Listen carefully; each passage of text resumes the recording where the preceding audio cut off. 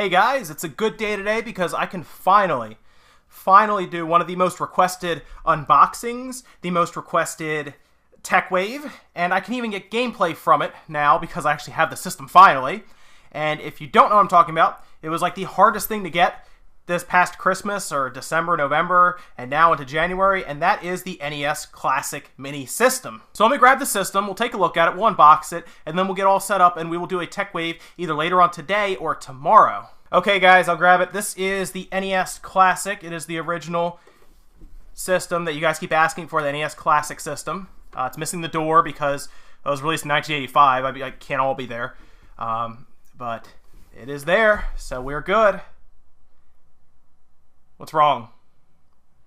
Okay, full disclosure, getting this NES Classic is insanely hard, guys. Like, it is so hard to get the system. Even now, I keep looking on, like, the BrickSeek or something. It's like a stock site that checks Target's website and everything, and I just cannot seem to get this system no matter what I do. I've tried Craigslist, I've tried, again, calling Walmarts, going there and everything, and this is like the best I can get. So, the only thing I have really not tried doing at this point is praying. Like, it's getting to that point where I'd probably have to pray for the system to get it.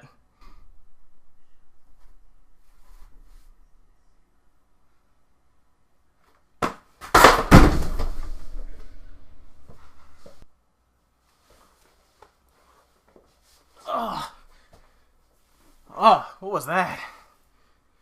Oh.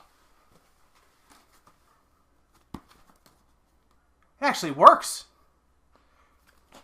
My life would be a lot easier if I knew that about 5 years ago.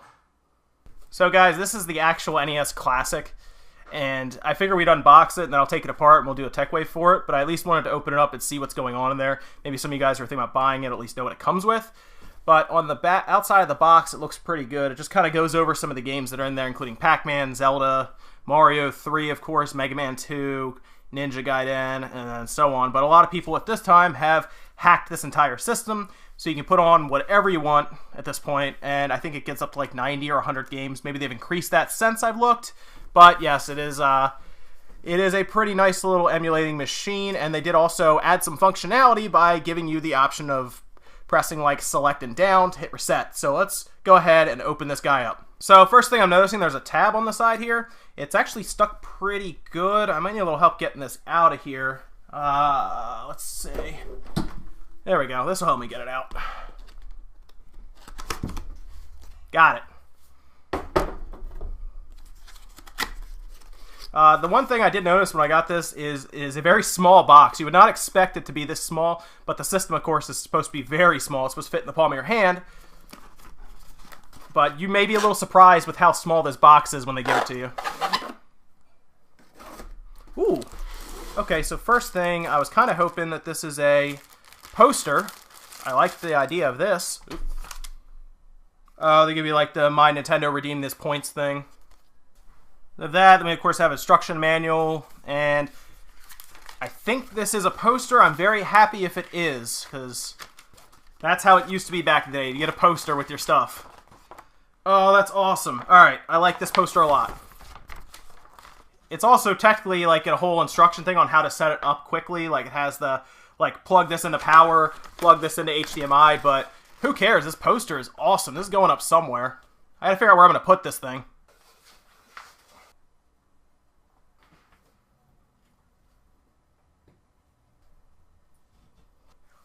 I like it. Right away, guys, we jump into the box. It's, again, very packed into this cardboard box. The NES Mini is like half the size of the entire box. So this is the NES Mini wrapped, again, in some kind of like little very thin styrofoam type packaging, and I mean, that's it. That's the NES Classic Mini. That thing is tiny. I mean, it is like really small. I'm actually, it's very, honestly, when you hold this, it's actually a little shocking how small this guy is. I do like the design. It has like the nice HDMI port on the back, upside down too, interestingly. So it is like an upside down type configuration. DC in is just a micro USB. Same thing we use for our cell phones at this point. So yes, it's very easy to do. 1 and 2 on the front. Reset power. Very straightforward, very small. I don't see... Okay, so Philips. I think this would be a very easy thing to take apart. It's so small. Like, it's really tiny. Like, hides behind that box when I put it down. Okay, so we have our controllers that have been heavily criticized because of the cable, and I understand that. It is not the biggest controller in the world, so...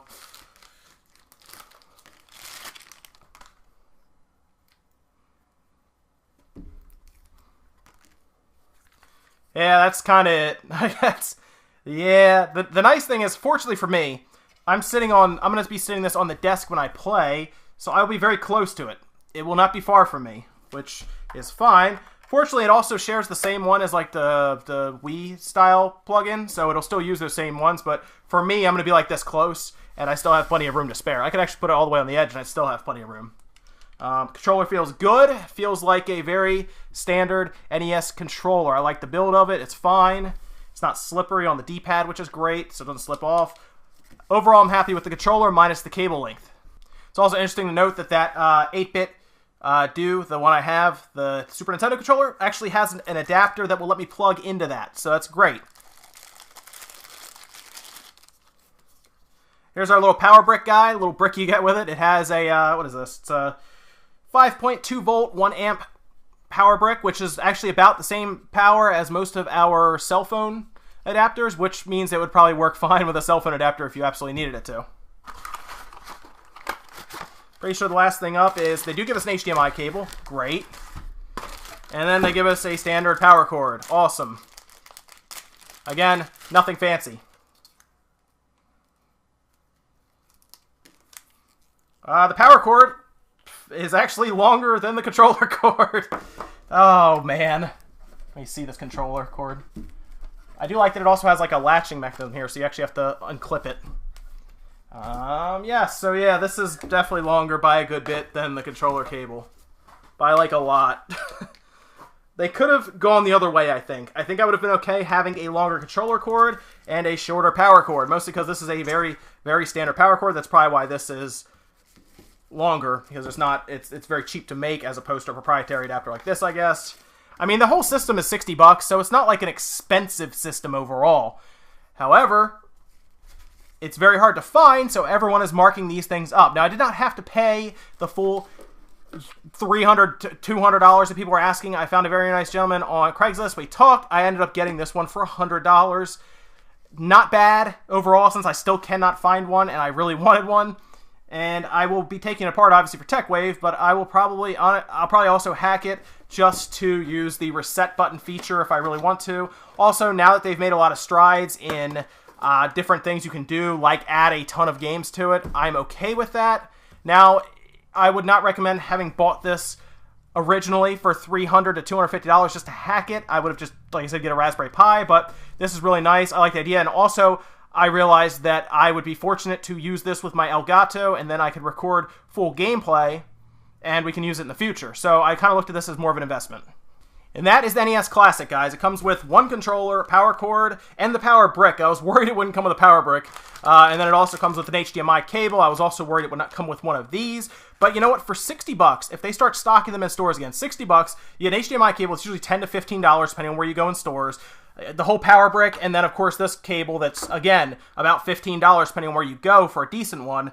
The whole system, this little guy right here is really not that expensive if you really consider it. This unit here is probably about $30, considering the controller is your $10. So, yeah, that's actually a pretty good deal, considering then it's like $1 a game that you get in here, because it does come with 30 games. So hopefully we start seeing them show up in stores again. I would like scalpers to start kind of feeling the squeeze. I think that's the reason I got this one at $100, because I think he was just trying to get rid of it since they were starting to pop up more and more.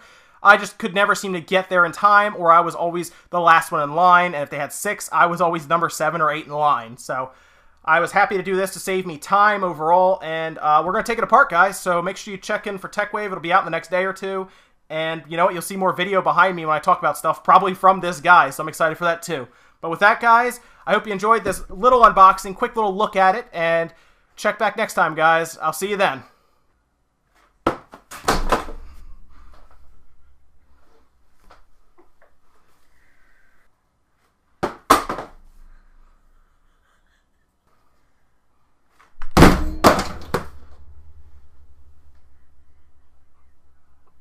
said easy.